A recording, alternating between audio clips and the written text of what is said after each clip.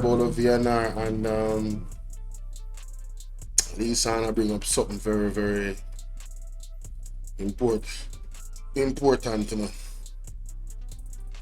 She bring up something very, very important, you understand? And so I'm gonna start it off. Before we go to Lisa, this kind of tie into the similar issues when it come out to food security. So check this out. And welcome back to Primetime News. Special welcome to viewers on OneSpotMedia.com as well as TVJ International in the Cayman Islands. We begin with a startling revelation this evening about the frequency of pesticide residues in our local produce that could be causing serious health and environmental issues. In a landmark webinar today, the Jamaica Organic Agricultural Movement outlined how the overuse of pesticides in Jamaica could be causing more harm than good. As Kelisha Williams reports, experts believe it underscores the need for stronger agricultural policies in Jamaica. First entomologist at the University of the West Indies and lead researcher Dr. Dwight Robinson presented the findings of the recent island-wide pesticide study. In providing context, he explained that Jamaica imports up to 2.5 to 3.2 million kilograms of pesticides annually, mostly used in the agricultural sector. The big problem with that is that a lot of these pesticides are what we refer to as highly hazardous pesticides. In short, we call them HHPs. And while there has been a good move for many years to move us away from highly hazardous pesticides, the move has been a little bit too slow. Dr. Robinson said those pesticides linger in the environment for a very long time and can cause serious health and environmental issues. As a result, the Jamaica Organic Agricultural Movement, JOM, and several other private and public sector partners have been conducting an island-wide study to find out how pesticide overuse in Jamaica is impacting our food system. The active ingredients that were looked at, 40 of them were classified as highly hazardous pesticides. And that's the group of pesticides that cause a lot of concern and the type we would rather not see being used in Jamaica. The big question is how those harmful pesticides are impacting the food we consume daily. Our study that ran from 2022-23 and continuing into 24-25, 26% of the samples have detectable levels of pesticide residues on them. So you can say we're not improving. That's over 10 years. And instead of having less residues detected, we ended up with more residues detected. Similar to the 2009 to 2014 study, harmful pesticide residue is frequently found in fruits and vegetables like callaloo, thyme, pak choy, cabbage, and tomatoes. If you look at it, the ones that have been lightened there are a whole list that it looks too similar to what we were seeing 10 years ago, and it suggests that we are not changing the practice. And these that are highlighted here are highly hazardous pesticides. In going further, co-owner and Alright, so ladies and gentlemen, I want you guys to screenshot that. I want you guys to screenshot these chemicals. And I want you to do your own research. As a matter of fact, let me I see on the screen it's not as on the screen I see it's not as clear, all of it. So let me just frame it in a one way when I can just screenshot all of those. I'm sure I'm looking at the screen right now. You guys can see all of those. I need you guys to do your own research. Alright? If I bet you that all of these pesticides that are highlighted are banned in most, if not all, European countries.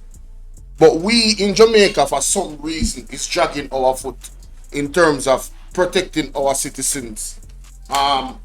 You know, infrastructure and roads and all of this, they don't mean anything if your population is unhealthy.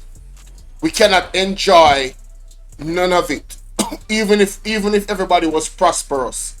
Why would you want to be prosperous and not be able to enjoy your wealth, not be able to enjoy moments with your family, not be able to enjoy moments with your friends and your loved ones, travel the world? Because we have a country that has decided to drag their foot on policies and neglect these types of things. You know how serious Russia is about food and those things over there. There's a lot of things that Russia banning. that is used in the Western world, you know. Lots of things. They don't let them citizens eat it. You understand? They're not doing it. So why is our government not protecting us in that regard? These are the things we need to think about, ladies and gentlemen. Please go and do your research about these chemicals. I'm telling you, most of them is not being used in many different European countries, if not all of them. Europe don't play when it comes to food. You understand? Even if they're tricking people and whatever, it is banned there. That is a start. It's actually banned. You cannot carry them into these places because they understand it's going to give people all types of cancers and all them something there. Right? And if you're really going to do your research, you're going to be alarmed. I'm telling you. Please go and do your research, ladies and gentlemen. Let's continue. Are highly hazardous pesticides. In going further, co-owner and farmer at Stush in the Bush, Christopher Binns, explained that organic farming is the way to go, which means no pesticide or chemical fertilizers. However, the policies that we have in this country that allow these chemicals to come in, that actually encourage these chemicals to come in. So if I'm buying a seed, for instance, and let's start with the seed. One of the main issues that we have with going organic in Jamaica is that you cannot buy organic seeds nowhere on that. Embarrassing! You can't buy organic seeds? What? Seed, for instance, and let's start with the seed. One of the main issues that we have with going organic in Jamaica is that you cannot buy organic seeds nowhere on the island of Jamaica. and oftentimes when organic seeds do come in, Mr. Bin said they are held in quarantine for days and sometimes indefinitely. While he stressed that there is a need to protect the island from seed-based pathogens that may destroy the food environment, he said there must be a balance. You don't have organic soil enhancers. You don't have organic anything. We don't have an organic sector that is codified into our policies so that farmers that claim to be organic or growing organic have a set of guidelines that guide them to getting to becoming organic. In America, when you go into supermarkets over there, you guys see the different codings in terms of colors. I believe that's what he's talking about. And it's kind of deeper than just the colors in the market. That's like the final product. But there is a place for those things, for those organic foods and the level at which they're at. You understand? Because, you know, there's different types of food choices. You have vegan, you have people that are vegetarian and so forth. There's different, what do you call it, descriptions of what people eat and how they eat and whatever, what they choose to eat. The point of the matter is there is a market for all of that, and there's people that actually, there's policies in place for them to produce those things. But here in Jamaica, this seems to be not regulated, and there's no focus on organic food. The man said you cannot get organic seeds nowhere or organic nothing nowhere. That's crazy.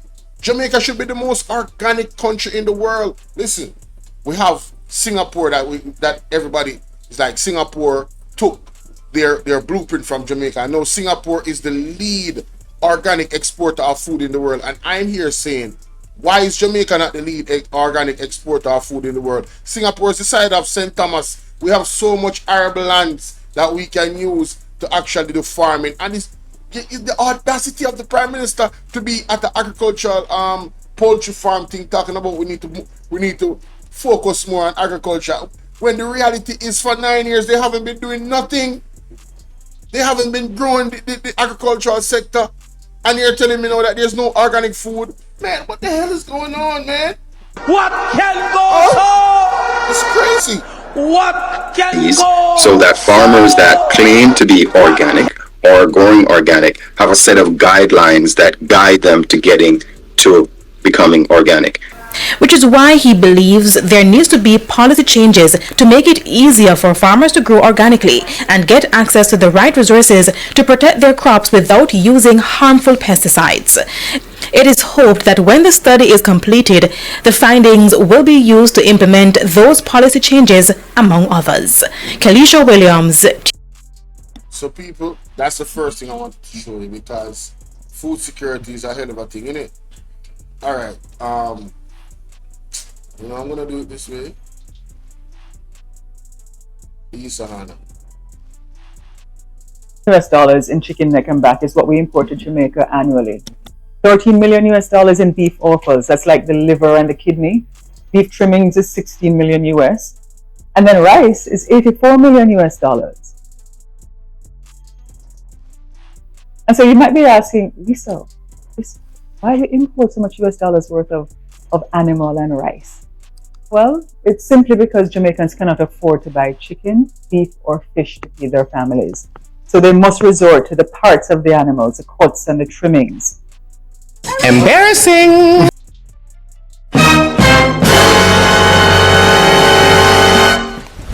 Emotional damage! Now here's a disclaimer. I'm not in the PMP shadow cabinet, so what I'm about to say may not contend with their views. But this is something I've been speaking and writing about for years. In other words, the pot a boil, but the food not enough of the family them were out. And I would like you to think for yourself and re-examine the data of some long-held beliefs of what others have tried to impose on you, saying that it is supposed to be in your best interest. Today I want to highlight one of those beliefs and say why our people as a result remain unhealthy with obesity, high blood pressure and other primary health ailments. It's because they can't afford to buy a balanced food basket. And for the non-vegetarians, this is because the price of chicken meat is out of their reach. I'm not going to any other meats today. You see, for decades, Jamaica has had a 250% duty protection on chicken meat. Globally, in other countries, the average import duty rate on chicken is 24%. So why are we paying 250%, or why is the duty rate 250% in Jamaica? I gotta stop right there. Ladies and gentlemen, let me draw for my calculator because you see, 24% is the regular rate. 250% is our rate. Alright, 250 divided by 24, well, divided by 100. And that's 2.5. Alright, let's listen. As a matter of fact, I don't even have to go so far. How many times can 24 go into 250? That's all I need to do. That will tell you how much percentage higher it actually is. Divide that by 24. See? You see that? You see how much percentage more that is? 24% is the rate, right? At which the regular countries get it at the duty. 24%. We have it at 250%. It's almost 11 times that 24 can go into 250, which means then that it's 1,000% more, almost 1,100% more, almost 10.5 1,500% more. At this rate, it's 1,400. All right, whatever. I'm just saying, 1,000% more than the regular rate for everybody. Somebody please explain that to me. If what Lisa HANNA is saying is true, this is very alarming, ladies and gentlemen. But you're going to hear why. You're going to hear why this is happening. Listen to this. And we're going to go back to that number. Listen to this. Is this really in our people's national interest, or are we serving the interest of very few individuals, in particular 2 companies? Now, 2 companies, ladies and gentlemen. 2 companies benefit from this. 2. Not 200,000 Jamaican people, but 2 companies. Whoever owns those 2 companies are the ones that are benefiting from a 1,000% difference. 1,000%. Why? And we wonder why chicken is so high. Chicken prices are so high and it keeps going up. Well, we have found the answer. Let's continue. Or you all have a knee-jerk reaction and say, but Lisa, it helps protect it because it helps with local production. Let us look at the data rather than emotion. You see, the international cost breakdown to produce a chicken is feed, largely corn. That makes up 61% of a chicken. Baby chicks is 18%. You have to house them, that's 7%. Other inputs are about 10%, and labor is only 4%. We don't make feed in Jamaica. We don't produce corn. We don't produce wheat. We don't produce soya. So what Lisa Hannah is saying, ladies and gentlemen, is that the feed, or what makes up the feeding for chickens, is the highest cost of growing chickens to feed them. Only 4% of that money deals with labor. So it doesn't take a lot of laboring. So when they tell you that, oh, you know, it's creating jobs, really? Yeah, but it's not substantial. The substantial amount of money is being gained from selling the feeding. We don't produce corn. We don't produce none of those things that is in the feeding for the chickens. So when you have this 200 to 250% on the items that are coming in, you see where we're going with this? You see why this number benefits the two companies. They get the lion's share of the profit, not the people of Jamaica. You understand? Not the regular folks, certainly, but the two companies. Oh, and it gets worse. Let's continue. Those are the inputs that go into the feed for a chicken.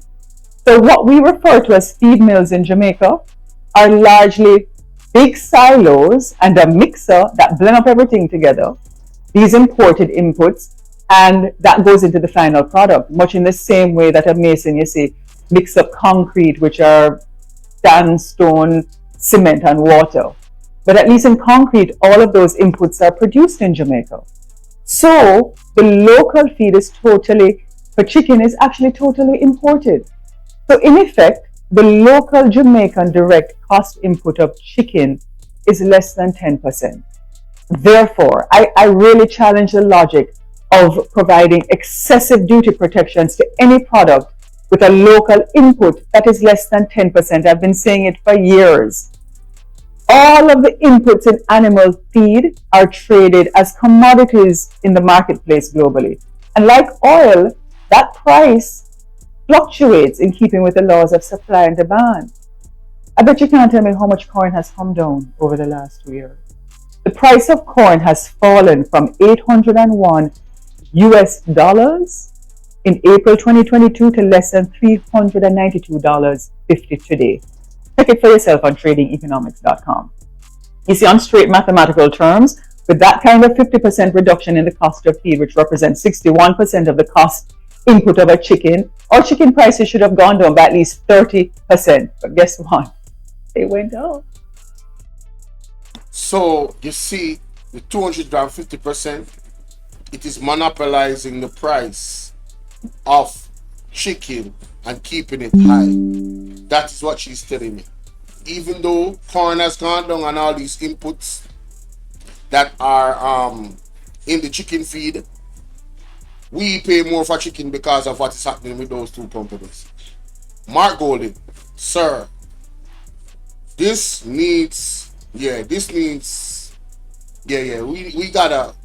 gotta deal with this, sir. This has to be dealt with. I'm sorry. So who's really benefiting?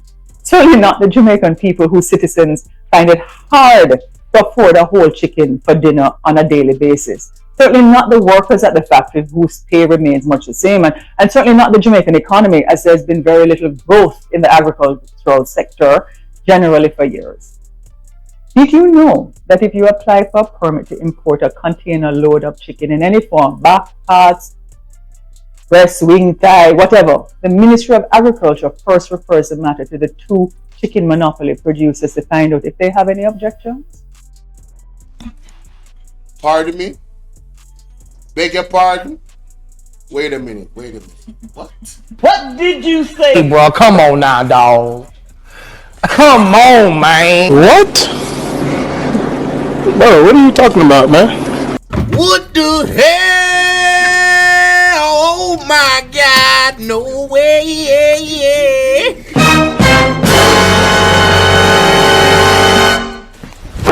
Emotional damage. What can go so? So you're telling me that if somebody wants to import a container load of chicken or chicken parts, the two companies that pretty much run the sector has to be asked by the government whether or not that individual or individuals or company is allowed to import the chicken or chicken parts into the country? Bro, what is going on? Are you serious? This cannot be real.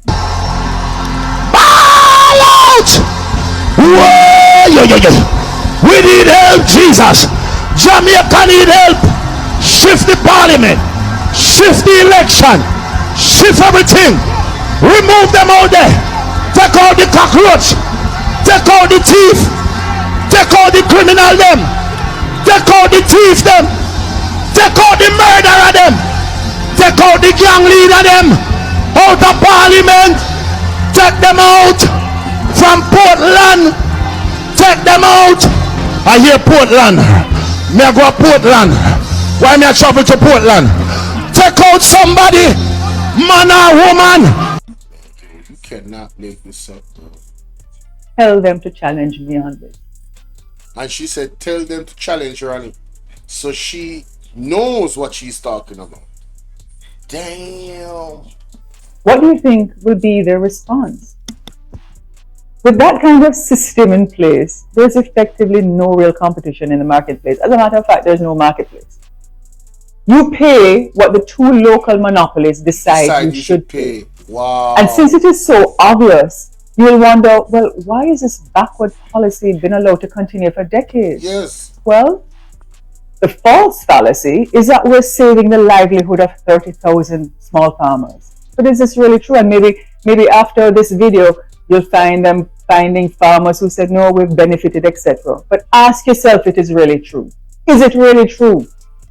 It is the same two producers who sell the baby chicks to small farmers. The same two producers who sell the feed to small farmers. No. See, context matters. This is where context matters. This is where people being educated about economics matters. This is a bad deal sold to us as a good deal or a great deal, and we're just okay with the scraps of the benefits of the deal. If what she's saying is true, this is where you understanding economics would click in and go, nah, we ain't gonna have that. And we would pressure the government. And I hope this video goes viral. Please, ladies and gentlemen, this video I will upload. I'm recording right now. Please make this video go viral. Like the video, share the video with at least 50 people in your contact that lives in Jamaica. This issue, chicken, is something that we all consume. Well, not all, most of us anyway, majority of the Jamaicans. This is an issue that we should really be like, wait a minute, this needs to change. This monopoly of these two companies, God, nah, there's no competition, there's no marketplace. They can tell us, oh, chicken is this price and it will be that price, and then nobody can carry any chicken to sell chicken. There's no marketplace. What the hell is this? This is some mafia stuff right now. Who is this two company? Who is these two companies? Right? Who allowed them to get away with this all this time? And what could, like, seriously? Come on, man, this is wrong, bro. So it is in their interest to put the price of chicken as high as it can be, so that they can convince us that they're actually acting in our best interest. So you see, when a mother comes into my constituency office. So, man, damn. Create the problem and then create the solution. Make profit either way and seem like you're the good guy. These people are wicked. And says like they do all the time, and especially now with back to school. Why MP, I need help with 50 chicken and some feed to send me to them go back to school.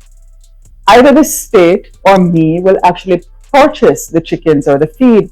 But guess where I'm purchasing it from? The same people. So it's a vicious cycle. Oh wow, a vicious cycle that never ends. That's not benefiting our people, and I feel so strongly about it because I'm tired of it. Listen, Lisa, I just learned about it and I am tired of it. I learned about it today. Yeah, I learned about it 24 hours ago. Last night I was in my bed, scrolling through the internet, came across this video. I was like, yo, I have to do a video on this. I actually did 2 live streams because the live was cutting off because of whatever, but I didn't get to record it, so I'm here recording it now. This is one of the live stream I'm on right now is one of the second live stream that I did regarding this. So if I go back to the front part of it, I was talking about it. So I definitely had to do this, man. This is wild, bro. This is wild. So here's a suggestion that might actually be in the best interest of Jamaican small farmers. And it's a suggestion. Reduce the duty on chicken to 50%, which would still be twice the international norm, and use the duty collected, because we actually don't collect any duty now. 250 reduced to 50% would carry it down to 125%, which is actually on average at 24. So it's still 5 times the amount that it usually is. You're not losing.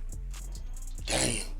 And use that duty to purchase baby chicks and distribute them free to small farmers. They'll not buy it. Therefore, and you could also eliminate the duty on feed and allow anyone, any little drop Mandora, if they need a permit to bring in container loads to bring in chicken. It should not be only the big people who get permits. Fox. The result of such a policy or suggestion would not only lower the prices for chicken, but more people would be engaged in raising chickens. So they could make some money. Jamaica has one of the highest diabetes rates in the world, and that is directly linked to the fact that they consume so much starch and carbohydrates because they need to feel full. They can't afford to buy protein. True. And this is because the average... Yo, she's talking mad facts. When you look at how food is being, how they share your food, it's a little bit of protein and a lot of starch. People want to feel full, so they eat up the starch, and that's fact. And that sugar thing, man, it's, man, hey, man. This right here, I'm an advocate for this. I'm going to be shouting this at the top of the roof. This chicken thing, hey, Lisa, I got you. And thank you. Thank you for raising this issue, because I don't care, PNP, JLP, I don't care what y'all talking about. This right here is an issue that needs to be highlighted. The people need to understand what the hell is going on and understand that it's really not in our best interest. Like she said, it really isn't. That's fact. Average family is not feeding their families properly. So Jamaica has a policy that has kept the price of chicken high, which only benefits few chicken producing monopolies. And it puts the nation at a health risk, and then imposes on the general poor public to pay a high price for chicken, thereby having an unhealthy diet. Marcus Garvey said, and his birthday was recent, that chance has never really satisfied the hope of a suffering people. And it's a powerful declaration. Chance has never satisfied the hope of empowering people. So you can't empower people by chance.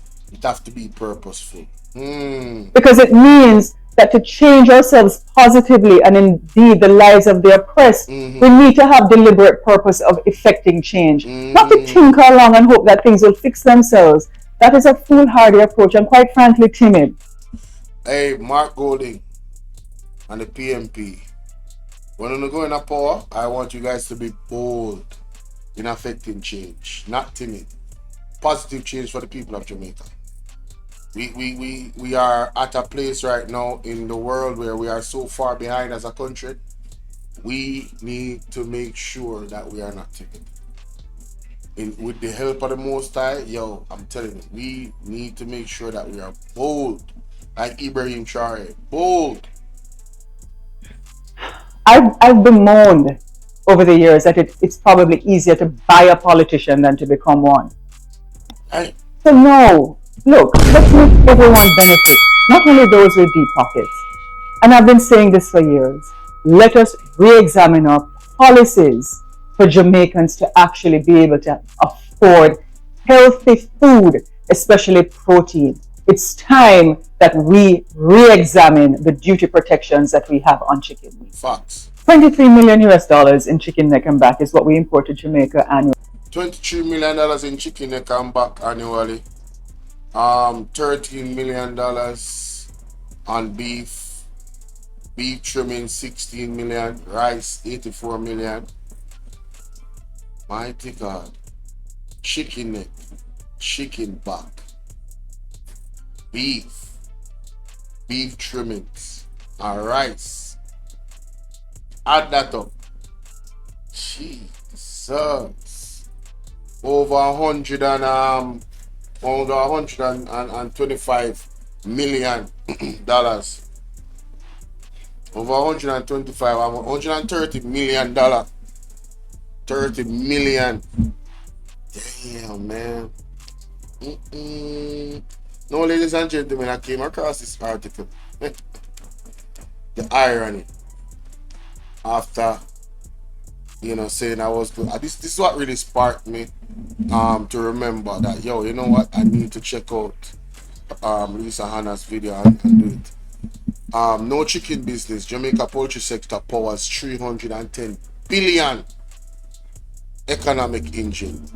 What is this saying to us, ladies and gentlemen? The chicken business is big business and it's only 2 people benefiting from it.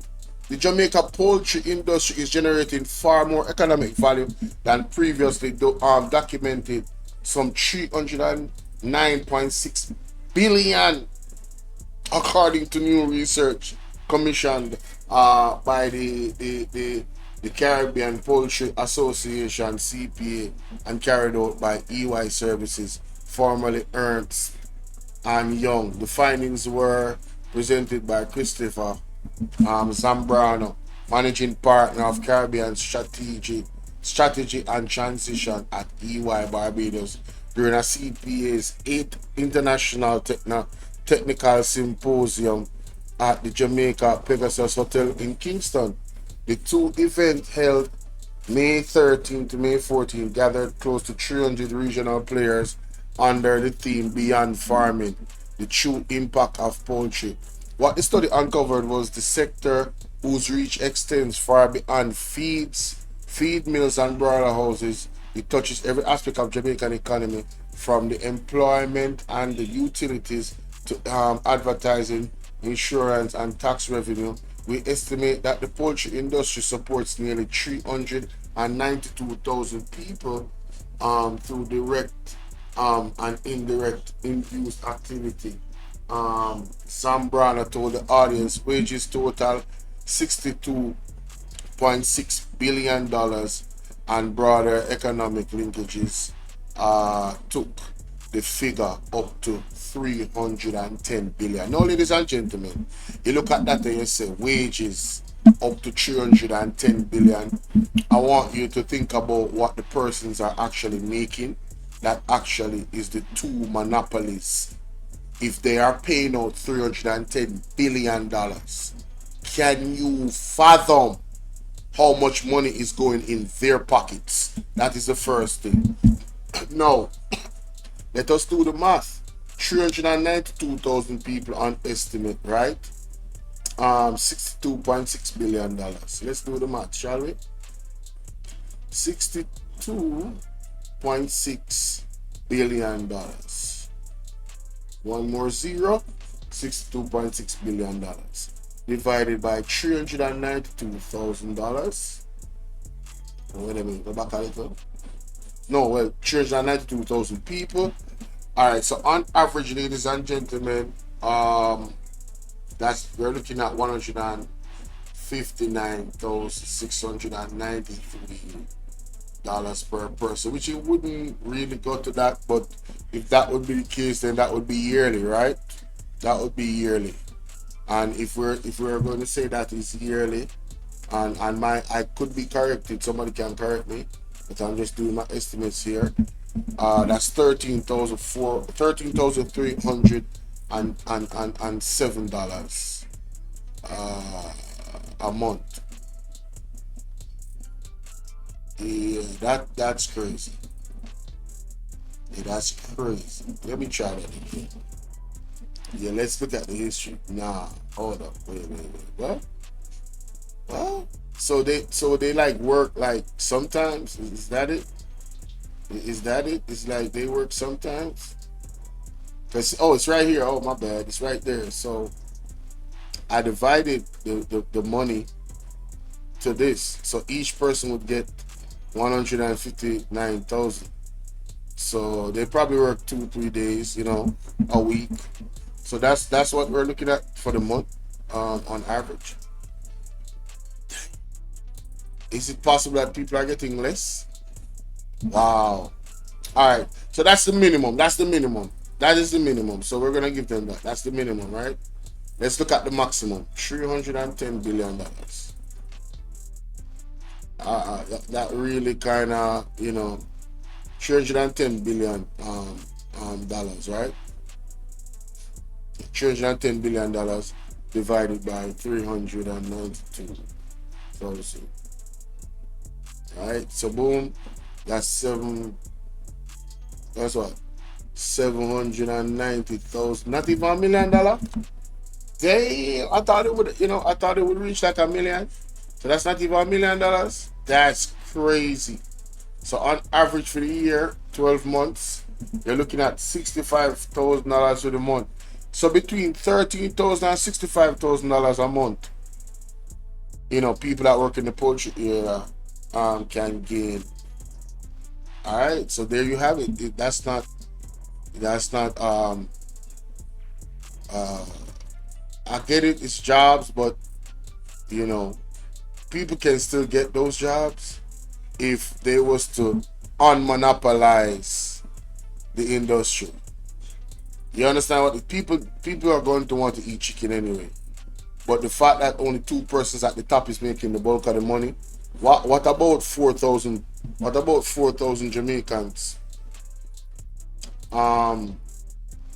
getting a slice of that pie?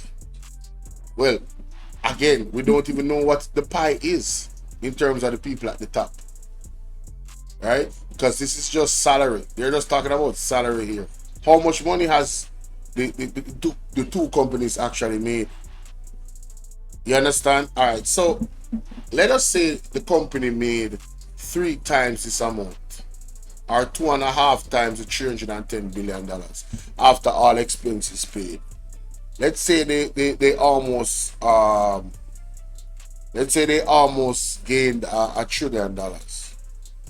And between the two of them, I'm talking about profit wise now.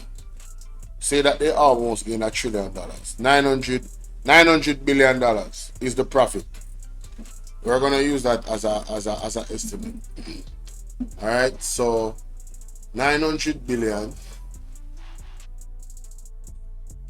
divided by 4,000 Jamaicans that own a piece of this industry.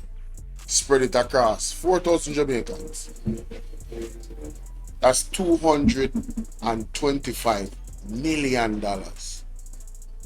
for 4,000 people. So you would have more multi-millionaires in Jamaica earning that type of money. My God, their family, the impact in their family, ridiculous. Absolutely ridiculous. Yeah, I'm with Lisa on this one, ladies and gentlemen. Tell me what y'all think in the comment section, man. Dang. Yeah,